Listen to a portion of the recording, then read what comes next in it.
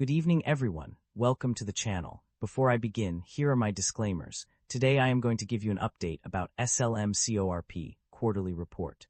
SLM Corporation offers a range of financial services and products to students and their families, including private education loans, retail deposit accounts, plus certificates of deposit, CDS, plus money market accounts, plus high-yield savings accounts, interest-bearing omnibus accounts. The significant increase in SLM Corp stock price over the past year can be attributed to several key factors. Firstly, strong loan origination growth and an increased dividend announced in Q3 2024 set a positive tone for the company's performance. This was followed by robust financial results in Q4 2024 and CONE 2025, which showcased consistent growth in private education, loan originations, and favorable financial metrics. The ability of SLM to capture market share from a competitor also contributed to its increased loan originations in Q3 2024.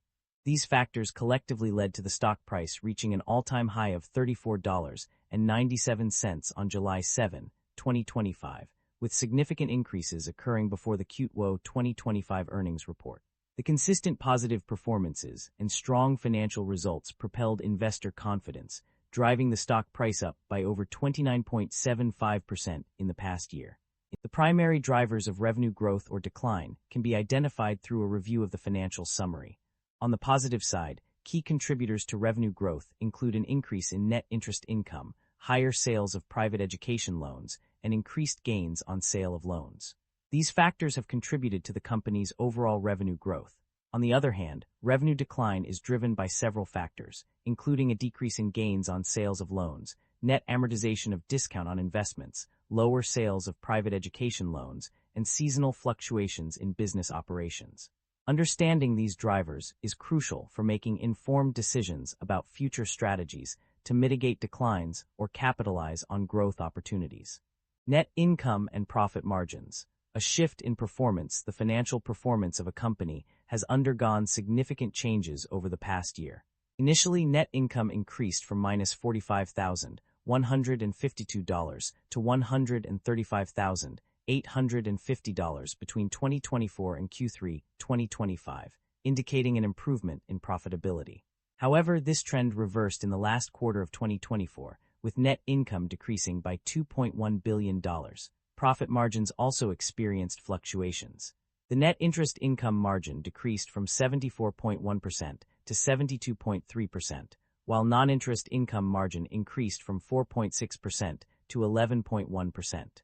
Notably, return on assets (ROA) improved significantly, rising from -0.6% to 2.3%. The reasons behind these changes are not explicitly stated in the summary. However, it can be inferred that a combination of factors contributed to the fluctuations in net income and profit margins. The increase in non-interest income margin suggests growth in revenue streams outside of interest income, which may have offset declining interest income margins.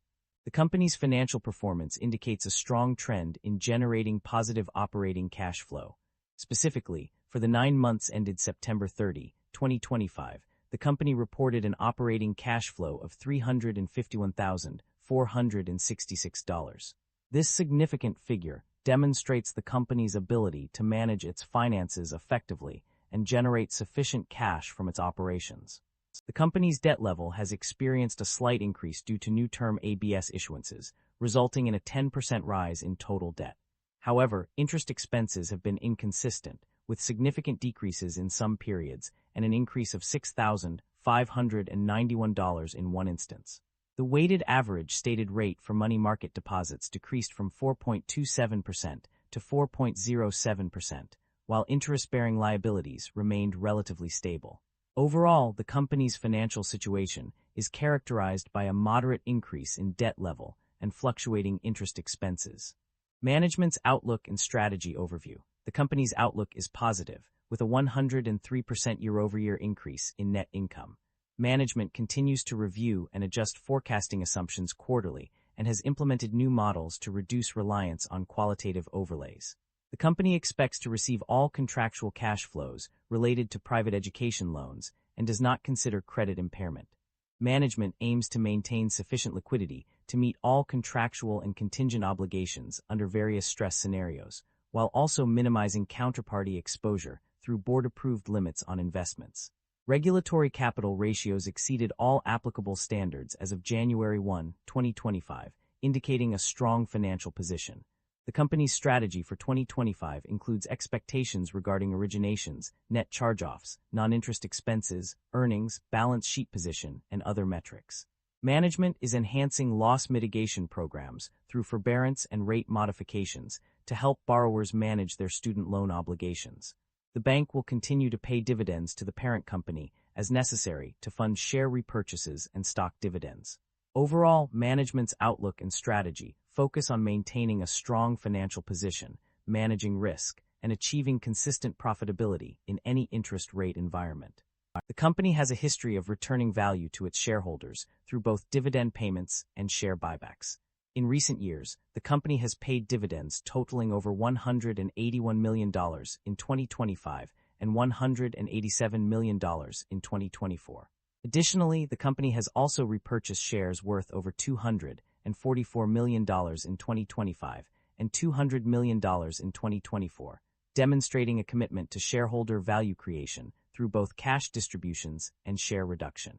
That concludes the financial summary for SLM CORP. Feel free to comment below, and I will be happy to answer them when possible.